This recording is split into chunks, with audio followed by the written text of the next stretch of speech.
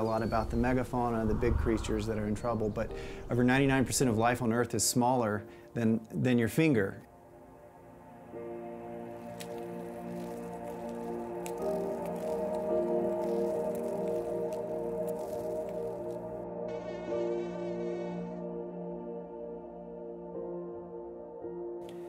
They're really the perfect vehicle for me to connect people to the little things in this world. And they're just really awesome. I mean, bees are amazing. They do lots of different things. They all have different behaviors. There are all these different dramas. I'm a natural history and conservation photographer, which basically means I document the life cycles of the species that I focus on, and then I use those images to help hopefully conserve the species so they'll be around for a long time to come. Maybe about 4.5, 5 years ago, I was reading about the bad things that were happening to bees, and it was primarily honeybees. And to be honest, even though I'd always loved insects throughout my entire life, I didn't really know very much about what was happening with bees. I just knew they were in trouble. So I went out in my backyard and I photographed just for an afternoon, and I made this one photograph of 2 little sweat bees.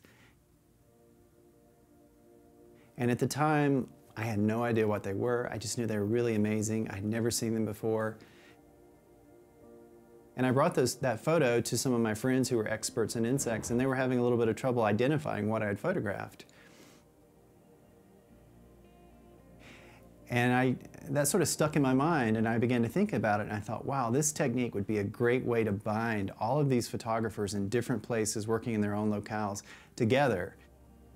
So it's a studio style of photography, but it's done in the field where we find the subjects.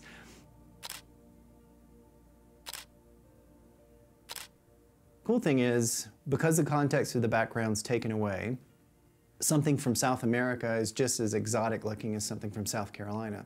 There's no real difference. You can't say, well, this is really exotic because it's from some faraway place. It really makes it a little bit more mysterious. The other thing I really love about the project is that it reveals the beauty of species in a way that you often can't see in the wild. I think I continue to see things like this again and again in nature with small things of all sizes. It's not just the big animals that are more attuned to their environment than the small things. So with my work, I'm always trying to help people see beyond their preconceived notions about what an insect's like. Because I think if you can do that, the next time they go out, and it might be in their garden, it might be a walk through the woods, maybe they'll take just a little bit more time to pay attention to those little things. And maybe that leads to them getting more interested in whatever. But I'm so grateful for this opportunity to speak up for this beautiful little creature.